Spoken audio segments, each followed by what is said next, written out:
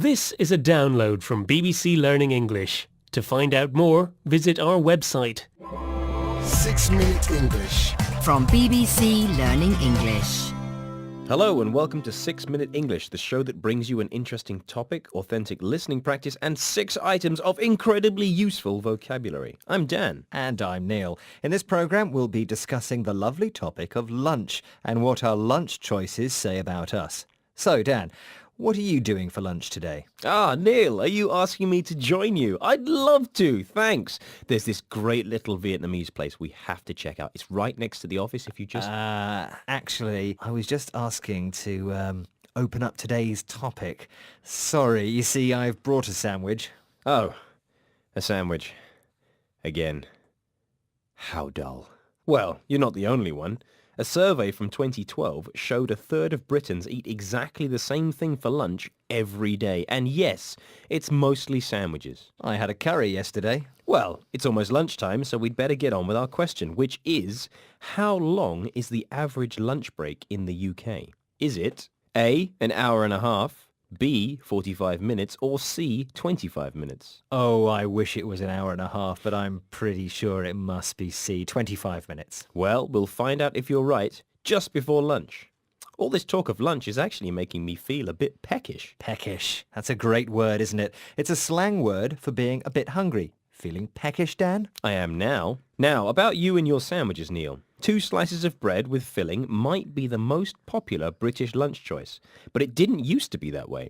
Listen to food writer B. Wilson. Which adjective does she use to describe sandwiches? They were what you had in an emergency. They were what you had on a long train journey. It was a kind of makeshift lunch when you couldn't get anything better. So, sandwiches had humble origins as makeshift meals. Makeshift describes something temporary and low quality, a solution you create when you can't do anything better. I can't help feel all this is getting a little personal, Dan.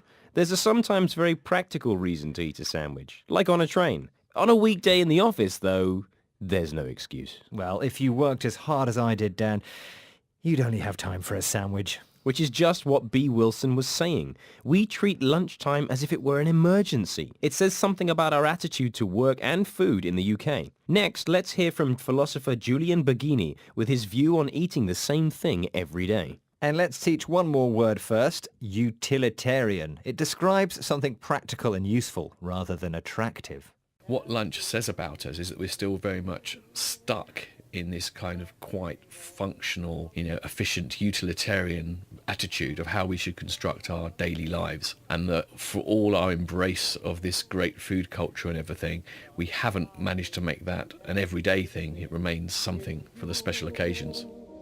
So he thinks we live in a world where we value being efficient, where we have a functional, utilitarian attitude to life. Exactly. We're aware of a great food culture. We embrace this culture, but only for special occasions. Yes, let's look at that word embrace. It normally means this.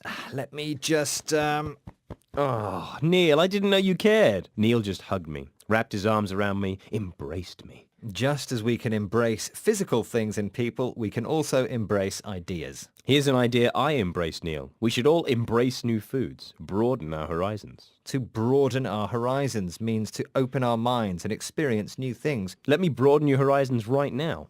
Experts from Cornell University say it leads to better team spirit if colleagues eat together. Okay, I get the picture. I should ditch my sandwich and eat with you in the name of team spirit. That is, getting on well with team members, having a feeling of belonging. Finally. Vietnamese? Oh yes, but not before you tell me the answer to today's question. How long do Brits take for lunch? Well, the answer was C, 25 minutes. That comes from a survey done by the BBC this year to find out about our modern dining habits. 25 minutes. It's a crying shame, Dan. But before we have lunch ourselves, let's run over the vocabulary one more time. First up, we had peckish. It means hungry, just a little hungry. I'm feeling rather peckish at the moment.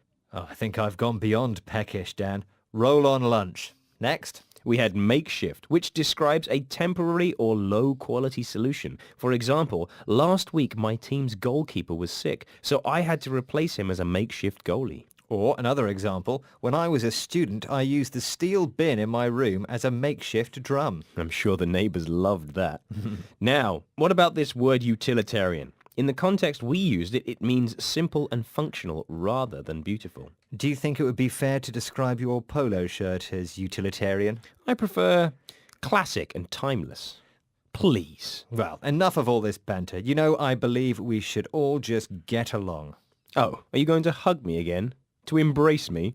Not this time. Let's stick with the metaphorical meaning, to accept a new belief or idea. For example, I wasn't sure about the new website design, but now I fully embrace it. Very nice. And I embrace your suggestion that colleagues should eat together. It looks like you've broadened your horizons. Well, when I taught English in Spain, Japan, Poland and the Czech Republic, it really broadened my horizons and taught me about new ways of life. How about you?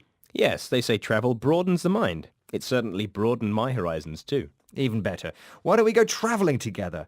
With the whole Learning English team. Yeah, that would be wonderful for team spirit, the good feeling of being together. Maybe to Cambodia? It certainly would. And that's the end of today's 6 Minute English.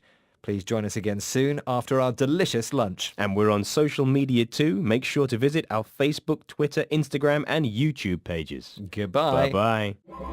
6 Minute English. From bbclearningenglish.com.